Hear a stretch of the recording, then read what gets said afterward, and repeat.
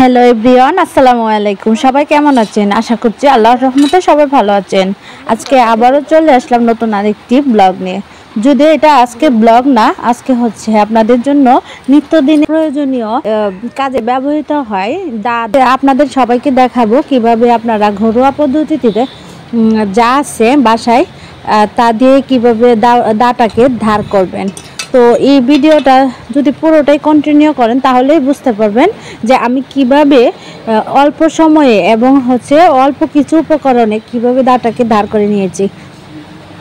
প্রথমেই আপনারা দেখছেন যে আমি লেবু ঘষে দাটাকে ভালোভাবে ঘষে ঘষে পরিষ্কার করে নিয়েছি। এরপর পানি দিয়ে ভালোভাবে ধুয়ে নিচ্ছি।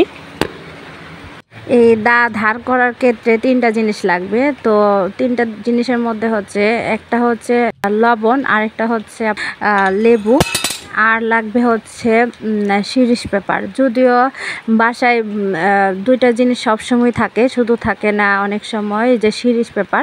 তো শিরিষ পেপারটা আপনারা বাড়ির আশেপাশে কোনো দোকান অথবা বাজারে পাবেন 20 টাকা কি 30 টাকা দামের। তো একটা কিনে নিয়ে আসবেন। আসার পর অনেক সময় শিরিষ পেপারে মানে ঢেম থাকে, যার জন্য একটু যদি রোদ্রে শুকান বা চুলার আগুনে একটু টাচ করে নেন, তাতে একদম মুচমুচে হয়ে যাবে। আর এই লবণ আর শিরিষ পেপারটা খুবই উপকারী জিনিস। এই দুইটা ছাড়া দাটা ধার করতে পারবো না। তো আমি দুইটা জিনিস রেডি করলাম। তো দেখতেই পাচ্ছেন আমি শিরিষ পেপারটাকে কেটে নিচ্ছি।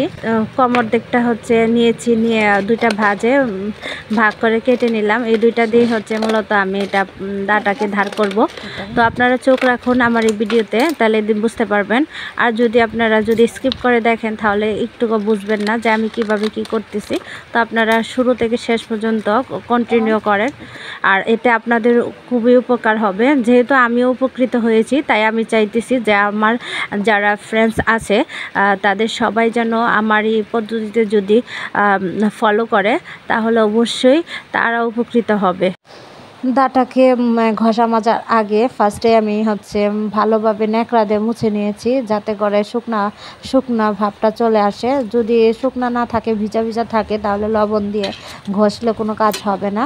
তাই দাটাকে ভালোভাবে আমি মুছে নিয়েছি একদম।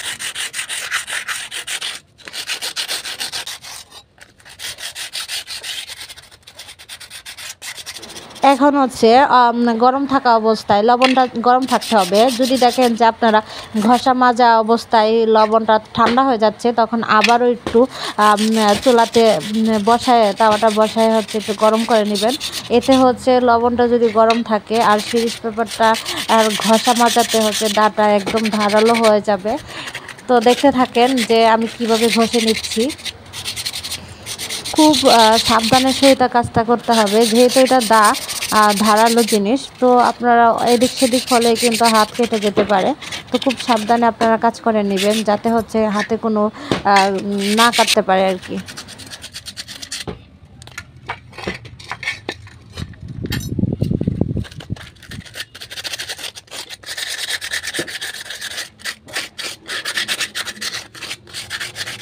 যারা শহরে থাকি তখন অনেক সময় ধার করানোর জন্য এমন সুযোগ হয়ে ওঠে না। তখন দেখা গেছে যে নিজেরা যদি ঘরোয়া পদ্ধতিতে দাটা ধার করে নিই, তাহলে অল্প সময়েও আমরা ধার করতে পারি। স্বল্প কোনো খরচই লাগলো না, মানে আলাদা একটা এক্সট্রা টাকা প্রয়োজন পড়ে না।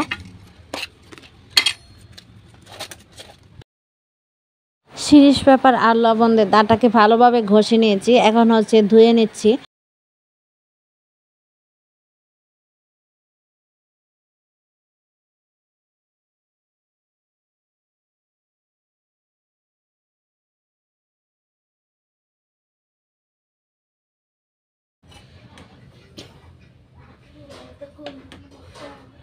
ধোয়া শেষ করে এখন আমি এক টুকরো লেবু নিয়েছি।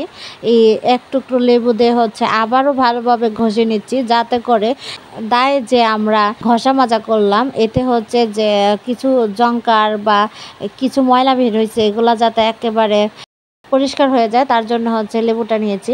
তো আপনারা যদি লেবু না থাকে বাসায়, তাহলে আপনারা হুইল পাউডার দিয়ে এভাবে ঘষে ঘষে পরিষ্কার করে নিতে পারেন। আমি শুধু জাস্ট খালি এর ইফেক্টটা চলে যাওয়ার জন্য লেবুর ব্যবহার করেছি।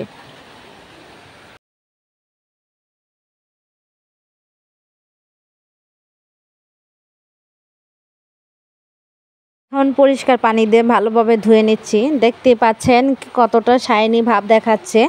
তো এইভাবে যদি আপনারা বাসায় ট্রাই করে দেখেন তাহলে অবশ্যই আপনাদের দাও এরকমইভাবে এর চেয়ে ভালোভাবে পরিষ্কার হবে। তো আর আমার এই টিপসটা যদি আপনারা ফলো করেন বাসায় তাহলে অবশ্যই কমেন্ট করে আমাকে জানিয়ে দিবেন। আজকের মতো এখানেই বিদায় নিয়ে নিচ্ছি। আবার চলে আসবো নতুন কোনো ভিডিও নিয়ে। আর আপনারা সবাই ভালো থাকুন, সুস্থ থাকুন। আল্লাহ হাফিজ। আসসালামু আলাইকুম।